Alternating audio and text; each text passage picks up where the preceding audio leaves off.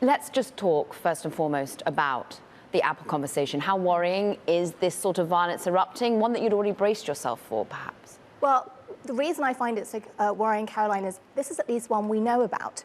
Which are the ones we don't know about? So as we look ahead to how we roll out at the end of this year, which has been a very tentative one coming into the holiday season, if more of this is happening across China that we're not aware of, it means we are going to get some more bad news on supply chains as we head into the beginning of the next one. That's what I'm looking out for, certainly in the public markets. Hey, Anne, this is a really interesting story, right? Why are we concerned about Zhengzhou? Zhengzhou accounts for 4 out of every 5 iPhone 14 Pro handsets made, right? When you look at the stock story, the equity story, are you worried?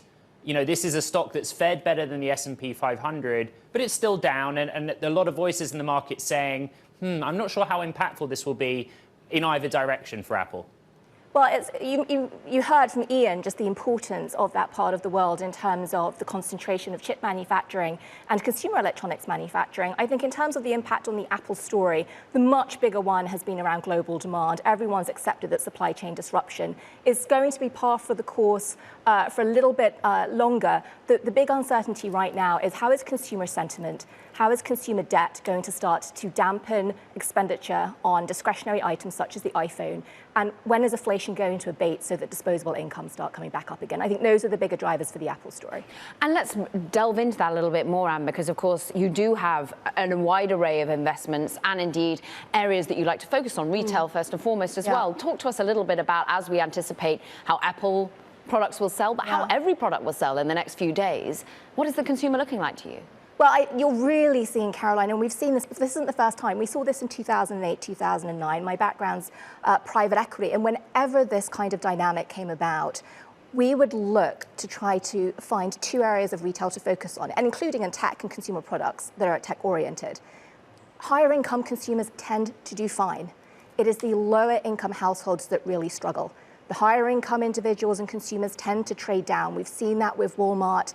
I'm sure that some of the Best Buy news that we saw where people were bargain hunting, that's your higher income consumer trying to go and find really great deals right now. That's not your struggling household that's really been hit the hardest by inflation, really been hit the hardest by energy prices. So I think we're going to see value retail do very well because everyone's going there. And I think we're going to see luxury hold up when it comes to things like gifting and special holiday season expenditure. It's really bifurcated, isn't it? Absolutely. And it's painful, as always. The same people seem to get hurt. The same people seem to win. But interestingly, do the same players win? I'm thinking also of Amazon, which you have a big exposure to. This is a company that's become so large in every part of our lives, whether it's the way we consume, the visuals, whether it's about the way we spend.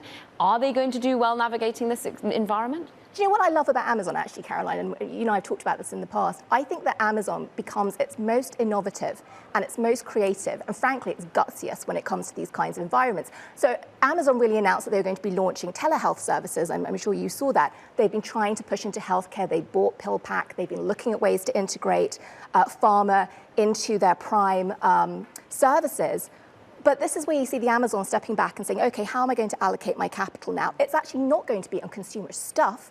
It's going to be in services in places like healthcare. So I think those pivots are actually the strongest indicators right now for where we're going to see longer term investment trends. Anne, another huge story of the week, Disney. Bob Iger back, Bob Chapek out.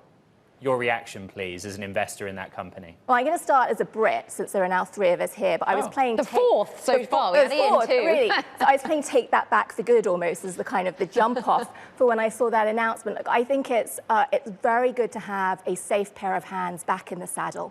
And I think, Ed and Caroline, when you look at what's happened over the last 6 to 9 months, whether it's private companies, whether it's public ones, the businesses that have had bad news, whether it's attrition subscription in Netflix, whether it's been Snap, for example, where we've seen a number of users fall down. Let's go and use that word again, Caroline, bifurcation.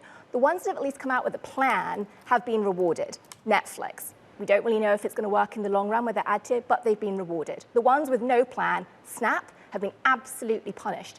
Disney, to me, is going to be a little bit somewhere in the middle right now. So we've got a trusted, safe pair of hands back in the CEO seat, but we need to hear what the plan is going to be. And until we hear what that plan is, I do think we're going to have some uncertainty around Disney. For the moment, I'm pleased, but I want to hear the details.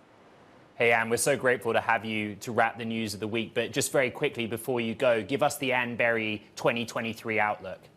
Oh, you know what? I wish I were the bearer of brilliant news going into the Thanksgiving season, but I've been a bit more bearish than some. And I think that's because we're riding this sort of bubble at the moment of optimism that the Fed's going to start slowing down on their rate hikes. But I think this issue of how much the consumer is suffering, not just in the US, also in Europe. I don't think we talk enough about Europe here in the US right now, and the impact. I think we're going to see that filtering through in 2023. So I'm really looking at much sort of safer stories right now, much less discretionary spending. I'm looking at all sorts of investments, particularly on the private side, that are sort of longer term plays.